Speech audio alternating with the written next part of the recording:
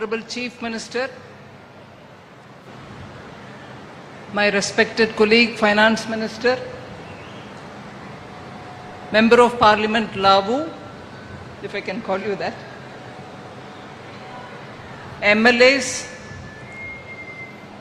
and all other members who have come here. నేను కొన్ని విషయాలే చెప్తానండి. ఇక్కడ ఈ కార్యక్రమం ఒక పెద్ద ఎత్తున జరిగిన కార్యక్రమానికి వెనకాల మెయిన్గా 2014 నుంచి మన ప్రధానమంత్రి గారు మోదీ గారు ప్రతి ఒక్క గ్రామానికి కూడా బ్యాంకు వెళ్ళాలి, దానికి ఏం చేయాలో మన గవర్నమెంట్ అది చేయాలి.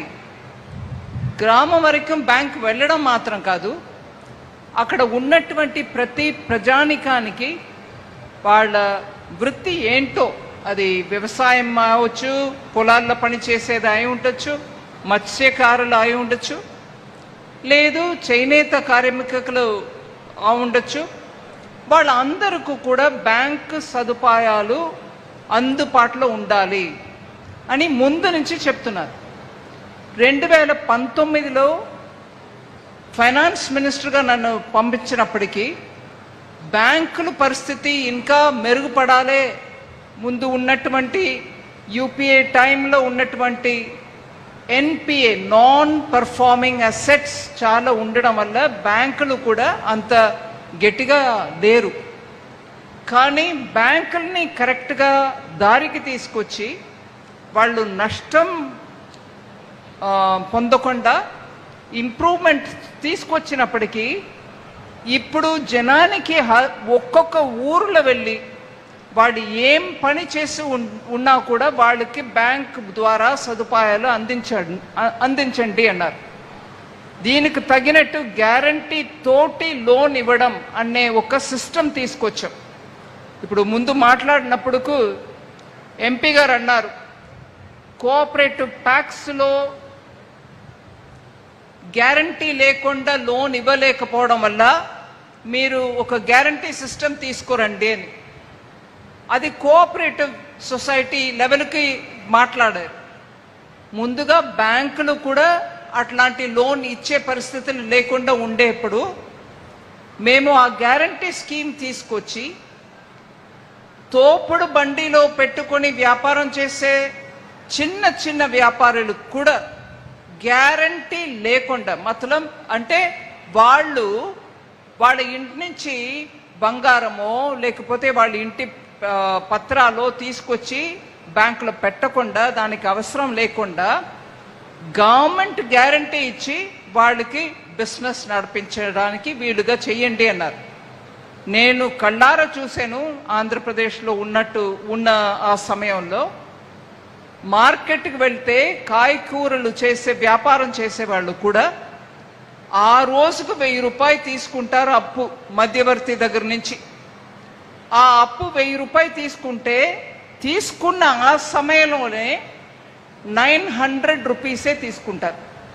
అంటే 100 రూపాయలు అనుకోండి మీరు తీసుకునేది, మీ చేతిలో ఆ డబ్బు పెట్టినప్పుడు 90 రూపాయలు ఇస్తారు. 10 రూపాయలు చేతిలో పెట్టుకొని మీరు 90 రూపాయలు తీసుకెళ్ళండి. కానీ సాయంకాలం మీరు బిజినెస్ చేసుకొని వెనక వచ్చినప్పుడు మళ్ళీ 100 రూపాయే తిరిగి ఇవ్వాల్సి వచ్చింది.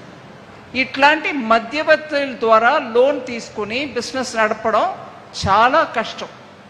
దాంట్లో మీకు మిగిలే డబ్బు ఏముండదు. ఇవన్నిటిని ఒకసారి కూర్చొని మాట్లాడుతున్నప్పుడు ప్రధానమంత్రి గారు చెప్పారు, మనం గ్యారంటీ ఇచ్చి చిన్న చిన్న బిజినెస్కి వాళ్ళ చేతి నుంచి బంగారమో ఇంటి పత్రమో తీసుకోకుండా లోన్ ఇవ్వలేమా అన్నారు. ఆ సిస్టమ్ తీసుకొచ్చినది ప్రధానమంత్రి మోదీ గారు. గ్యారంటీ ముందు తీసుకొచ్చి గవర్నమెంట్కి ఇచ్చి గవర్నమెంట్ ద్వారా లోన్ ఇచ్చినప్పుడు చిన్న చిన్న రైతులు, చిన్న చిన్న మత్స్యకారులు, చిన్న చిన్న వ్యాపారం చేసే వాళ్ళందరూ కూడా వాళ్ళు ఏ రకంగా కూడా గ్యారంటీ పేపర్ ఇవ్వకుండా మనం వాళ్ళకి అప్పు ఇవ్వాలి. అది కూడా రేట్ చాలా తక్కువ రేట్లో ఇవ్వాలి. ఈ మధ్యవర్తులు నమ్ముకొని లోన్ ఇచ్చి పుచ్చుకున్నప్పటికీ వాళ్ళకి ఏం ఆదాయం మిగలదు కదా అనే ఆ పెద్ద మనస్సు మాన్య ప్రధానమంత్రిజీ వారికి ఉన్నటువంటి ఆ మనసు వల్ల ఈ స్కీమ్స్ అన్నీ వచ్చాయి. ఇవాళ జరుగుతున్న కార్యక్రమం గురించి ఒక్క విషయం, అన్ని గ్రామాల్లో అన్ని ఊరల్లో జనాలు ఉంటే కూడా బ్యాంక్ వరకే వచ్చేవాళ్ళు చాలా తక్కువ మంది. అందువల్ల మైండ్ సెట్ మార్పుల గురించి ఎంపీ గారు మాట్లాడారు. ఆ మైండ్ సెట్ మార్పుని తీసుకొచ్చేది మోదీ గారు ఒకసారి బ్యాంకులు అందరినీ పిలిపించి మాట్లాడారు. మీరు జనం మీ దగ్గర వస్తారు, మీ దగ్గర వచ్చి అడుగుతారనే ఆ ఆలోచనని వదిలేయండి. మీరు వెళ్ళండి, గ్రామాల్లో వెళ్ళి ఎవరికి ఏ లోన్ ఇవ్వాలనేది మీరు అసెస్ చేసుకుని దాని తర్వాత లోన్ ఇవ్వండి అన్నారు. ఈ విషయానికి వచ్చినప్పటికీ ఇవాళ మీటింగ్ గురించి నేను ఒక విషయం చెప్పదలుచుకున్నా. 2